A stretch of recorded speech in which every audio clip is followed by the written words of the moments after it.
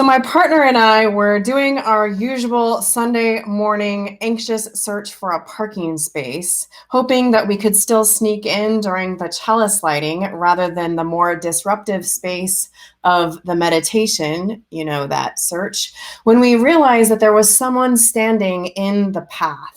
A helpful parking lot attendant, perhaps? Well, that's new. How awesome. So we pulled up to her. She smiled, and then she handed us a brochure and she introduced herself, which is when we realized that she was not going to help us find parking that morning.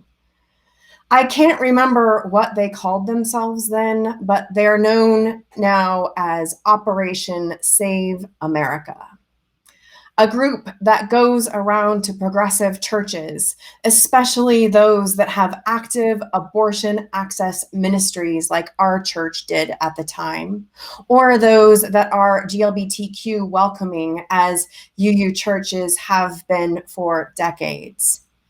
By protesting, I mean they make it hard for people to get in the building, or they come into the worship service itself and then make themselves known and heard at key moments, which is what one of their members did that morning during our time for joys and sorrows, which at the time we had an open mic for.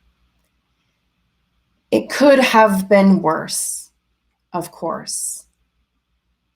I mean, we all know the version of this that ends with lives lost, with lasting trauma for whole communities. And the fact that we all know this made that morning intensely more terrifying than it otherwise should have been. I mean, basically, they just had a few brochures and someone said something kind of inappropriate and uncomfortable, which was basically our experience of every coffee hour at that church. But they knew, and we knew, that their presence signified something so much more than that.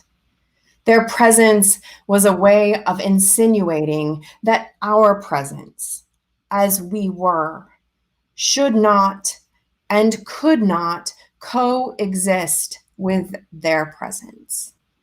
Their reality was to them the real reality, and our reality was a threat to their reality. And equally, their reality was a threat to us. So often, as progressives, we imagine ourselves as open to all perspectives, seeking and curious, welcoming of diversity. And even more, we imagine that this way of being is morally righteous, good in all cases. This, in turn, can leave us blind to our own biases, tied as we are to an identity that says we accept everyone. I wanted to start with this story this morning because it reminds us that coexistence is never a simple idea or practice. To receive another's reality into our consciousness is never a simple practice. To allow ourselves to greet that reality, not necessarily with agreement, but simply to take it in as another truth, to receive it. This is what process theologian Bernard Loomer describes as the essence of the spiritual path, as it is this practice that allows us to receive rather than resist reality in the fullest possible sense.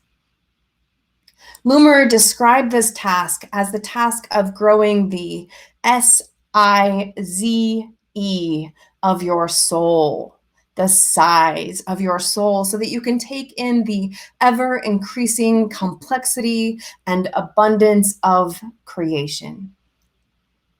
Loomer wrote SIZE in caps whenever he described this concept, and he put dashes between each of the letters. He wanted to emphasize it as a growth imperative. By SIZE, he wrote, I mean the volume of life that you can take into your being and still maintain your integrity and individuality. the intensity and variety of outlook that you can entertain in the unity of your being without feeling defensive or insecure, the strength of your spirit to encourage others to become freer in the development of their diversity and uniqueness. I mean, the power to sustain ever more complex and enriching tensions.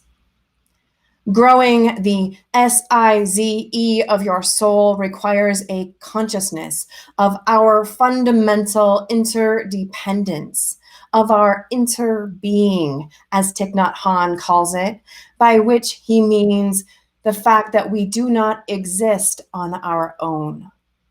Even within our own body, there are countless other organisms. Even within ourselves, we are we, not I. As he writes, the whole planet is one giant, living, breathing cell with all its working parts linked in symbiosis.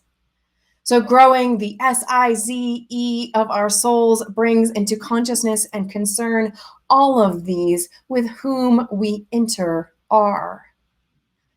From those protesters at my church, to my neighbor's dog that barked all last night, to the trees that are burning down Highway 14, to the police who shot into Breonna Taylor's apartment, to Breonna Taylor's family, grieving now and still longing for justice. Growing the SIZE, the size of our souls, means receiving all of this, the whole planet, regardless of whether we want to enter anything with them or not.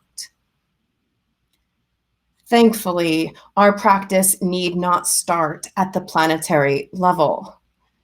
After all, starting with too wide a circle actually leads to either overwhelming complexities or too comfortable generalities.